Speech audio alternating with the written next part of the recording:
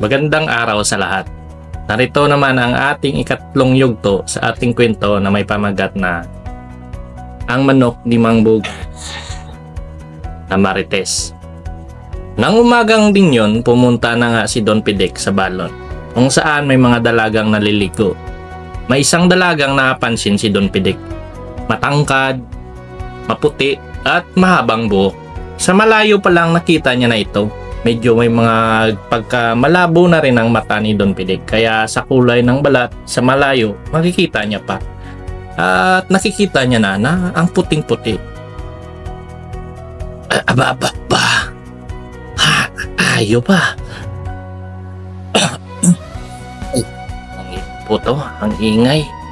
Aba, diwata. Lapitan ko nga. Magtago lang ako doon sa kahoy ng mangga para hindi ako makita. Lapitan ko. Lingid sa kalaman ni Don Pidec na ang nakita niyang dalaga ay isa palang transgender na anak ni Aling Rosa na si Mario at ngayon ay Maria na nanggaling sa Thailand. Wow! Napakaputi at ang kinis. Malaki pa ang harap. Bobsy. Yan ang makapagpatayo ng stranded ko na kaligayahan. Sigurado, sa araw-arawin kita dito para makarecover tong tokmor kong kargada. Malaim to trading tong kabataan pa ako pero ngayon ay itlog na lang atang natira. Kapapain ko nga kung nandyan pa. Parang ulo ng pagong, nagtatagong buwisit. Pero kilalanin ko yung magandang dalaga sa susunod na araw. Pabalik muna ako sa manukan ko. Kailangan akong makabawi. Hanap ako doon ng claret lines ko na yung silik para kabawi sa sunod na araw sa kabilang ngayon. Dadalhin ko yun.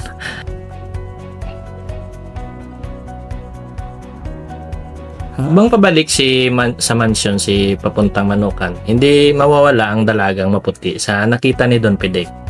At masaya-saya siya sa araw na yon. Ang katawan niya namambalik habang pumabalik sa mansyon. Nakakasigla siya at mukhang naging binata.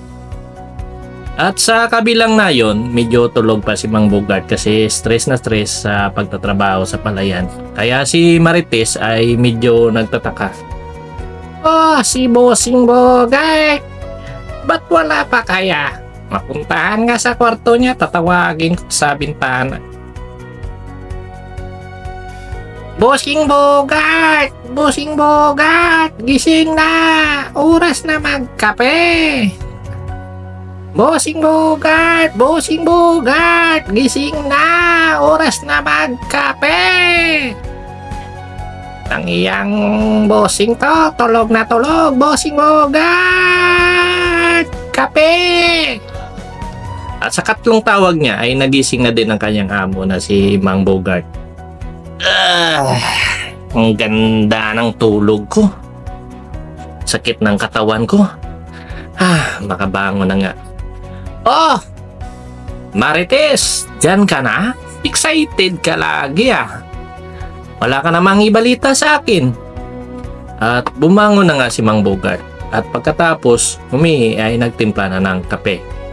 At lumabas na sa bahay papunta naman sa kanyang munting manukan saka umupo. Pumunta din ang kanyang alaga na si Marites.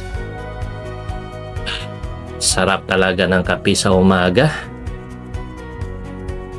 Bossing Bogart, papasyal na, pwede na ba akong pumasyal sa ngayong araw na ito? Okay ka na ba? Medyo okay na, Bossing Bogart. Pero wag ka munang lumayo Baka ano naman mangyari sa'yo. At pakiramdaman mo muna yung sarili mo para maging okay ka muna. Sige po, Bossing Bogart. Diyan na ako sa ating barangay hall. Papasyal, mamalita sa kay Kapitan. Sige. Kakatapos lang ng eleksyon, talo yung mayor na hawak niya pero nagrereklamo mga tao kasi di niya daw binigay yung pangpadulas ng amo niya. At ang pangpusta pa siguro sa darating na pesta sana yon. May 5 piraso daw yung na kinukondisyon eh. Sige po, Bossing Bogart. Ikaw, Bossing, hindi ka ba magkukondisyon? Sino ko kondisyon ko? Ikaw? Nabugbog ka nga lang ng imported ni Mang Istong eh.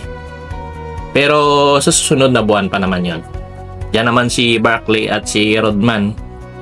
Ikaw, gagawin kong sparring ng dalawa para gumaling ka din. Ako?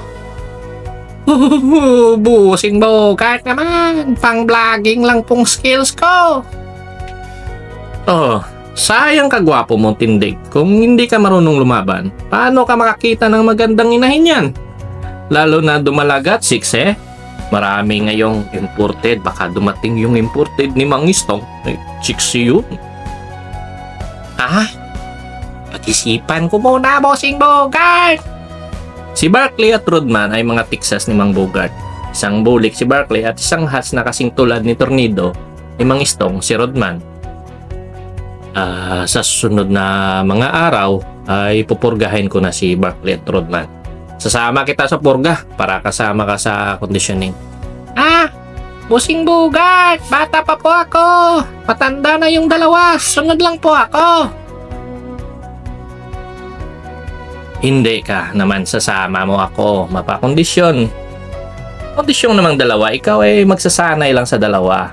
Gawin kitang sparring partner nila at makamahasa ka rin sa pag-away. Samantala, si Gary ay hindi na naglalako muna ng taho sa araw na ito. Nagpaplano paano makuha ang manok ni Mang Bogart. Bukas dadaan ako ng maaga doon at mag-offer ng taho sa boss niya para makausap. Magmamanok din yun. Alam natin, basta magmamanok, palakon to. At sa lugar ni Mang Istong at naglilipapalinis siya ng palibot ng manukan, baka mayroon pang ahas na naglalagi doon. Hirap na matsambahan ulit.